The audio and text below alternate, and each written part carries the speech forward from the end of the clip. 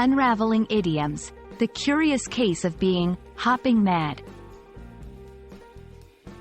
Hello, and welcome to our English Language Explorers.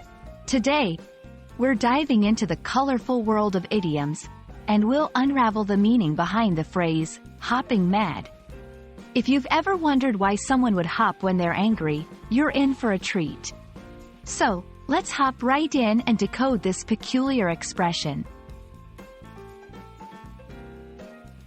Imagine someone so angry that they're bouncing up and down like a rabbit. That's the visual this idiom paints. The phrase, hopping mad, is used to describe someone who is extremely angry or furious. But don't take it literally. People don't actually hop when they're mad.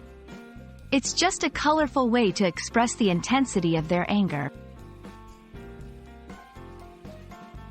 The term has been around since the 19th century, and although its exact origins are unclear, it's believed to come from the old habit of referring to animals to describe human behavior.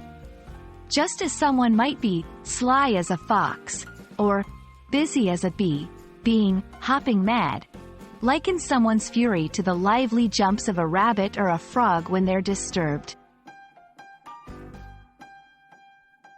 Using hopping mad in a sentence isn't just about showing that someone is angry, it's about showcasing their anger in a vivid, descriptive way. Here are a few examples. When she found out someone had taken her lunch from the fridge, she was hopping mad. He became hopping mad after he saw the mess the dog had made in the living room. They were hopping mad when the concert got cancelled at the last minute. Context is key with idioms. Using hopping mad in a formal report or a solemn occasion would be out of place. This phrase belongs to casual conversation or creative writing, where a splash of color brings language to life.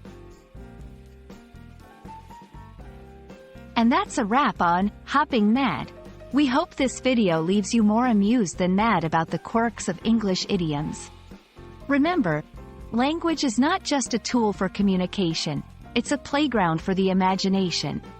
Until next time, keep learning and stay curious. Farewell, and may your language adventures keep you joyful and never hopping mad.